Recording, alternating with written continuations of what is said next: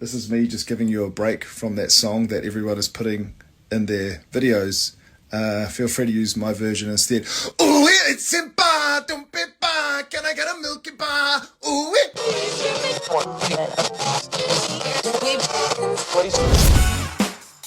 Sound matters. Be heard. Welcome to the podcast where you get exclusive behind-the-scenes tips to make your own show sound truly spectacular. This is Podtastic Audio. Hey, what's happening and how are you doing? How is your show coming along? Do you have a podcast? Well, maybe you're thinking about starting a podcast and I don't even know where or how or what equipment I need to get. Don't you worry about all that crazy nonsense. I'm here to help you out. I am Chris, and I am from the original Chris and Christine Show podcast, launching that show in the summer of 2019. Here we are, 2023, as I record this episode today. So this is Podtastic Audio, the show that I have created to help you make a better sounding podcast for your show. And perhaps maybe you're like on the fence of starting a show, like how do I do it, what do I need to get? You know, don't you worry. I'll hook you up. I'll get you all figured out. Let's get this thing running and rolling. I think podcasting is amazing. So amazing that just over the weekend in Las Vegas, I wasn't there, but I had a buddy of mine from work who was in Las Vegas. He stumbled upon the Wynn Hotel where we stays at. And in the lobby, they have this brand new like podcasting studio. I'm talking, this thing looks amazing. I saw pictures of it. I was like, wow, this thing looks better than like some of the best newsroom studios you've ever seen in your life. Very clean, lots of lighting, a lot of cool ambient lighting, nice table. They all got the great microphones. But one thing I did notice about the podcasting studio at the Wynn was that it was very clean and clear, and there wasn't any gadgets that I could see in the pictures. It looked like it just had like a bar area where people were kind of like positioned behind it with their microphones right in front of them, kind of like 3 or 4 chairs in this kind of sweeping kind of bar with a really cool backdrop behind them with lights and stuff and all kinds of ambient lighting around the area and stuff. And on the back side, across from that, it had another wall with another booth that had, looks like 2 microphones coming up to 2 sitting chairs kind of sitting over there. So maybe they do podcasting from that side of the room, and then the main show might be in front of the big backdrop section of the room. I didn't see any cameras. I didn't see any like equipment or anything. It just had the boom arms with the, of course, SM7B microphones attached. Literally, if you're going to do a amazing podcasting setup with probably, I have no idea if this thing costs, maybe $100,000, $1 million. I don't know what this stuff costs, but if you're going to do that in Las Vegas, you got to have the best. And everybody who does a podcast like that, who's got tons of money, you literally will fly your guests in to stay at the hotel and do a show right there. It must be an amazing experience to do a podcast from a studio like that. Like almost as good as like a radio station, maybe even better. I mean, some new radio stations do look quite as good as that studio did.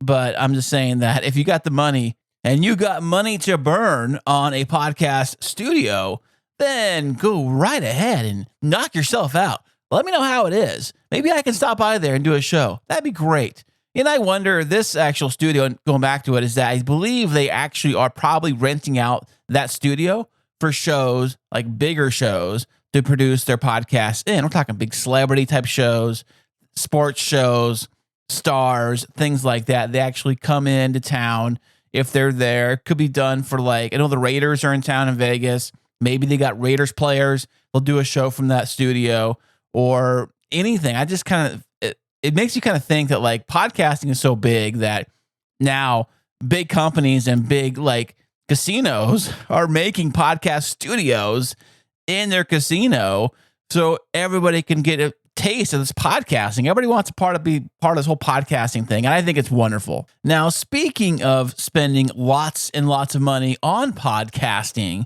one of the biggest news stories that broke over the last week or two ago was the Prince Harry and Meghan Markle had a podcast, and I do say had a podcast on Spotify, and they were paid somewhere in the ballpark, I hear, of $20 million to create content for the podcast.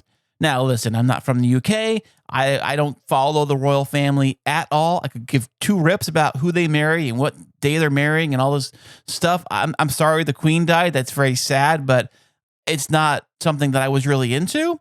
So for me, it's like whatever. And whatever to their podcast, because Spotify decided to say, you know what? We are not going to bring you back. It's almost like a lease on an apartment where you think you're going to renew your lease for the next year or whatever it is, and the landlord drops off a little note on your door. And you always kind of dread those notes when you see a note. It's either the rent's going to go up or perhaps maybe they're not going to renew a lease. It happened to me twice. I've seen both of those different notes. I've seen a note that says, by the way, if you want to stay with us, your rent is going to be a lot more than you're paying right now. And I've also, unfortunately, seen the note that says, we are no longer going to accept you as tenants at the end of this lease. See you later. So Spotify decided to do that and say, see you later, because probably, if you think about it, $20 million is not chump change. Even for somebody like Spotify, that's a lot of money. And when you spend any kind of money on a podcast like that, you have to deliver really good content. Now, Spotify, they must have been thinking that it's Harry and Meghan Markle. They're like the biggest couple in the world. So why would we not offer them a podcast deal for them to talk about their wonderful and great lives that everybody in the world must be so curious and fascinated with? Now, I don't really give a crap. I didn't listen to their show. I have no idea what it was about. I do know that the only reason people would really tune into their show is when they're really complaining about the royal family. They're doing their thing, hating. I know that interview they did with Oprah, it was extremely popular because she really asked them questions that everybody wanted to know. And their questions were basically about the royals and their situation, leaving the royal family and moving around and doing their own thing, which is great and all. But other than that, like, do we really care what Meghan ate for dinner last week? Do we really care about maybe the walk she did down the park with whoever? Do we really care about our trip to the store? Nobody really cares about that stuff.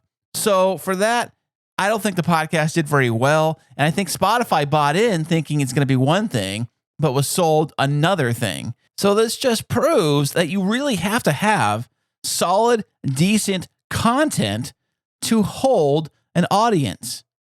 You may draw them in with a big name or the celebrity. The celebrity name kind of draws you in, right? But good content is what actually keeps you there. Hey, look, it's really easy to get one download. Sometimes it's very hard to get two.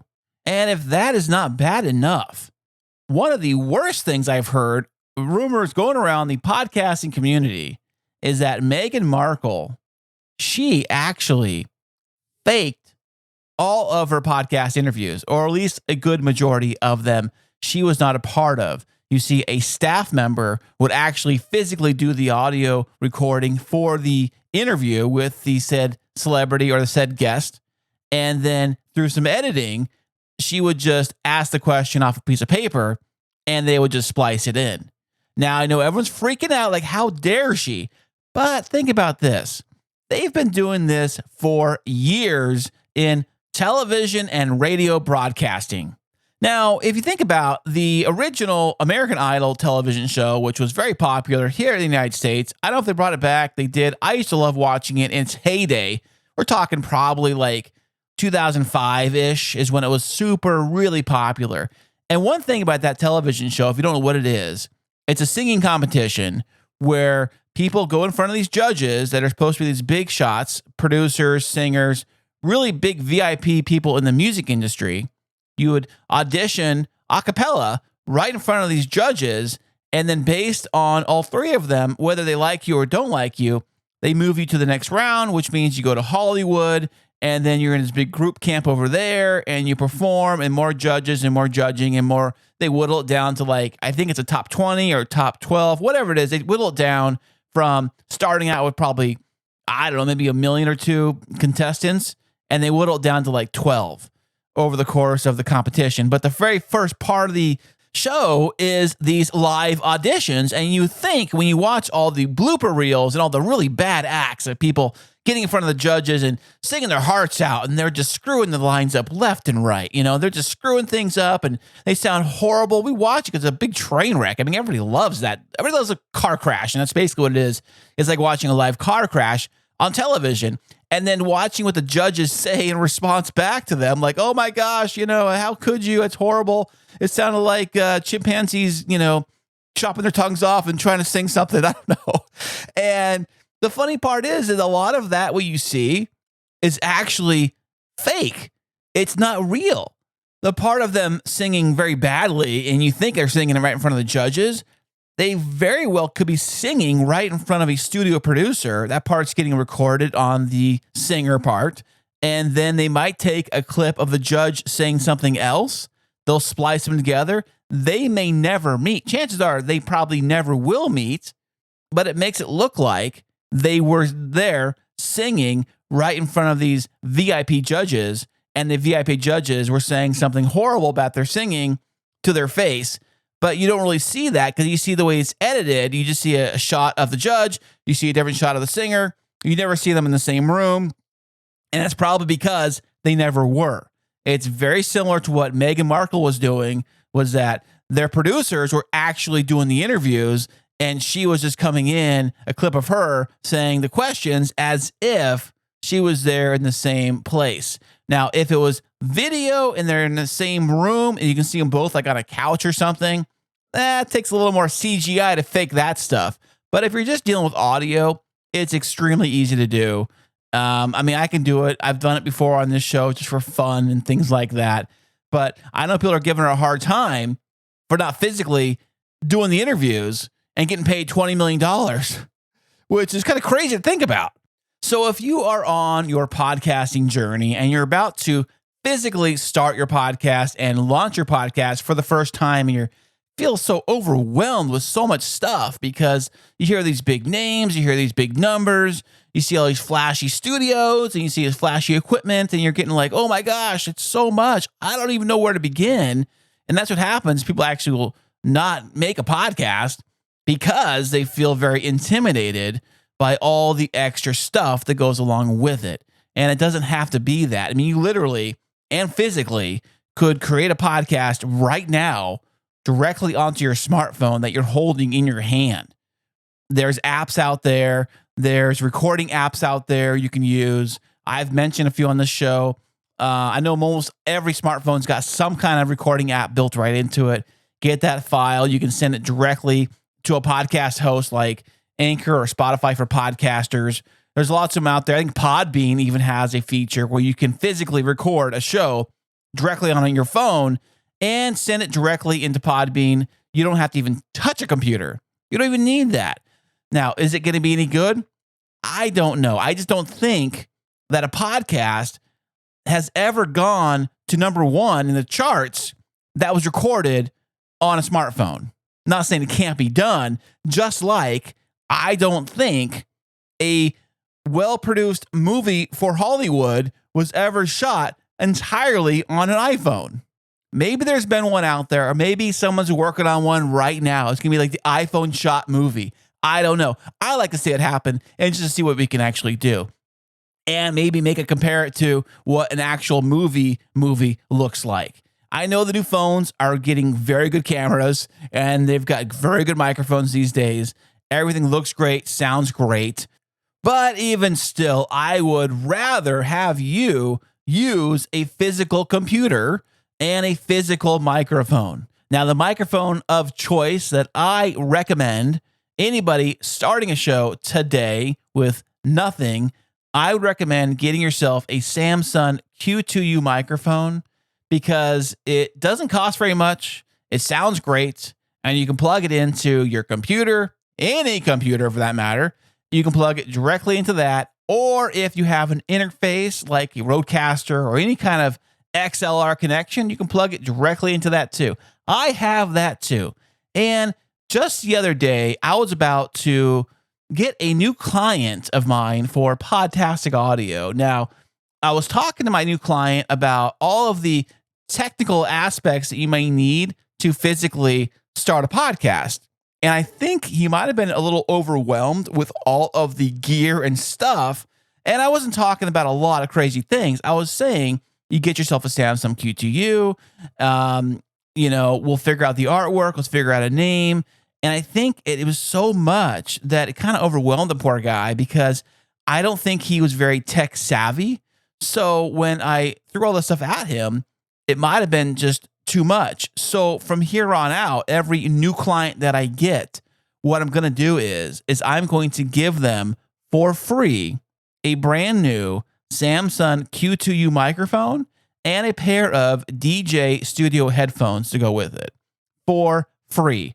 Because once they have the physical items in their hands, I think it makes it much easier to actually get a podcast started because now you feel like you have this stuff.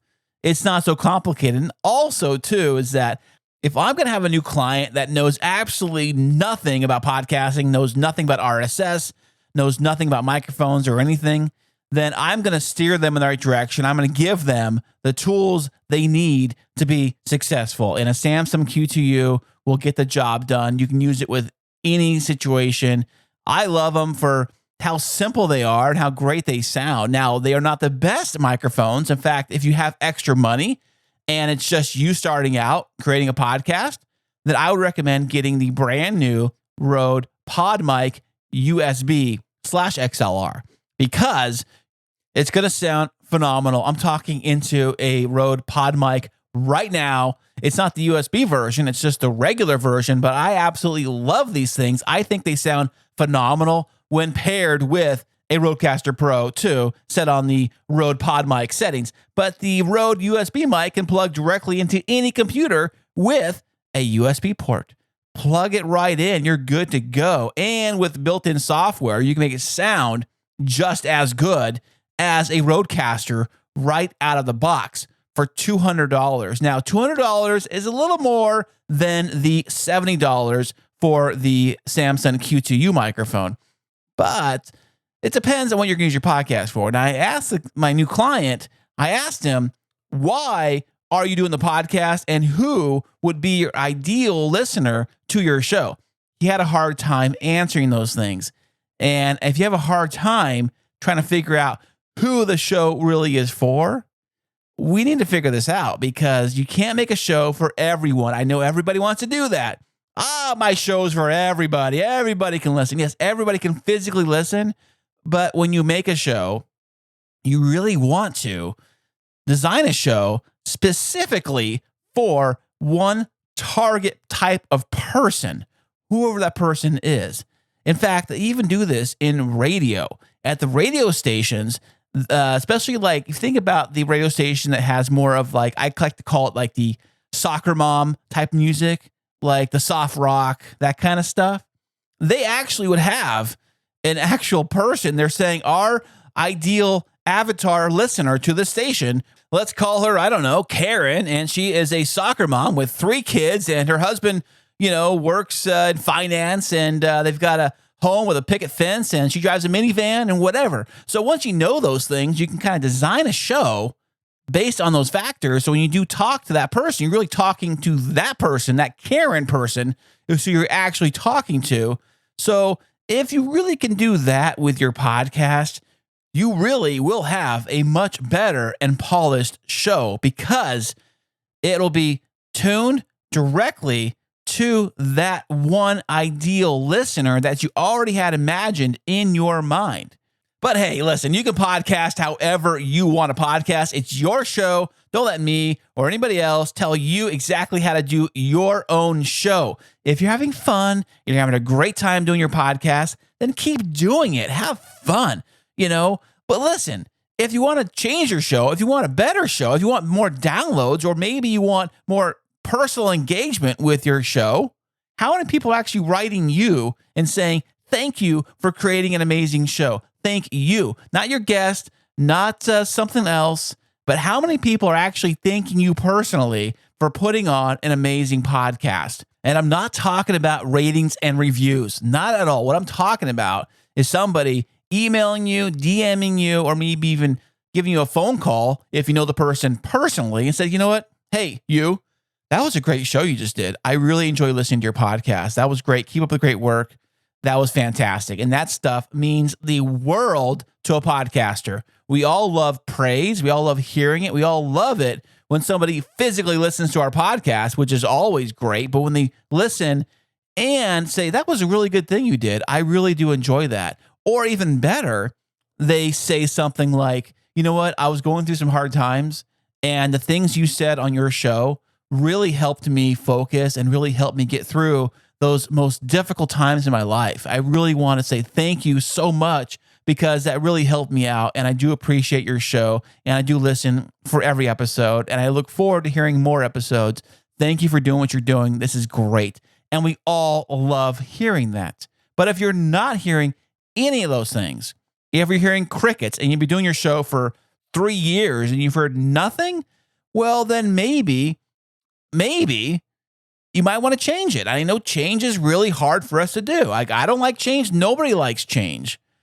But it's these little things that we can all do to perhaps make a better podcast for your audience. I'm always thinking, what would my audience benefit from and what would they value from listening to this podcast? You see, I do the show for you, the listener. I don't do this to boost my ego. I don't do this show to try to talk to VIP celebrities or try to interview big wigs or whatever. I don't do it for any of that nonsense. I do it because I actually enjoy creating a podcast. And as a content creator, I do enjoy like actually creating stuff. It might sound weird for a lot of people. Like, you actually enjoy it? You do it for free? What do you mean? I don't know. I just love doing it. It's just me. It's how I do it, you know? And it got me thinking, like, just the other day, I had a sponsor reach out to me for Podtastic Audio here, and they say, well, want to be a sponsor of my show. And I'm not a big fan of sponsors or ads. I could care less. And I think the reason why, because I did mention to somebody else, and they thought I was nuts for turning down a sponsor.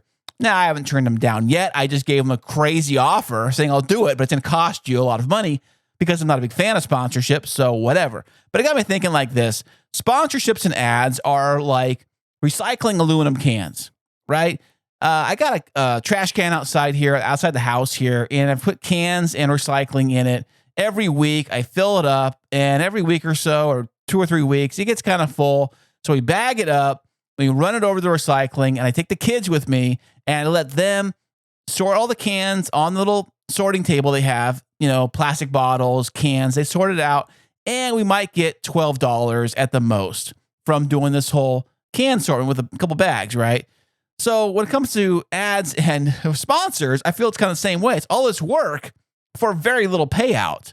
So I'm like, nobody I know has ever gotten rich from ads on their podcast. If you're lucky, and I mean if you're really lucky, you might actually get enough money from ads and sponsors to physically pay for your equipment and physically pay for your hosting and all your services that you pay for, whether it's you're paying for Zoom, paying for StreamYard, Riverside, whatever. It might pay for that stuff if you're lucky. Now, that's very far and few in between, because to get ads, at least any kind of ads that would pay the kind of money that you would need to pay for your stuff, you have to have decent download numbers. And if you do not have decent download numbers and you can't prove that you actually have decent download numbers, then you're kind of stuck. What do you do? So let's just see if this sponsor actually comes back to me with an offer. I did give him an offer. I said, I'll get you a contract right now. This is what's going to cost you. It's not cheap, but if you want to do that, you go right ahead, because I don't care. I do not care if I have a sponsor or an ad on this show. I could give 2 rips. What do I care about that? Why would I work on getting an ad and sponsor for my show just so I can make like pennies? Or a few dollars or whatever it is. It's a small amount. I make my podcasting money from my podcasting services. Podtastic Audio, podcasting made easy, where I physically record, edit, and produce shows for businesses and people if they want to do that too. That is where I actually make the podcasting money. So when people ask me about sponsors, I say, listen, I sponsor myself. I'm the product. It's my show. It's the things that I sell, that I do for others that are valuable to me. So why would I give up that airspace to something else for a mere few dollars when I could be advertising my own self and my own products. Hey, podcasting is fun. It can be whatever you want it to be. You put in what you're going to get out. And if you're going to make an amazing show that you want to listen to and that you're going to be proud of, then go ahead and make that dream podcast a reality. Hey, thank you once again for listening to this episode. And if you know anybody, or perhaps maybe you're on the fence of maybe creating a podcast, and you're like, I don't even know how or where, don't you worry, I will hook you up. You gotta head on over to podtasticaudio.com/easy, and I will personally help you design and create and even record your podcast for you. And I will catch you on the next episode.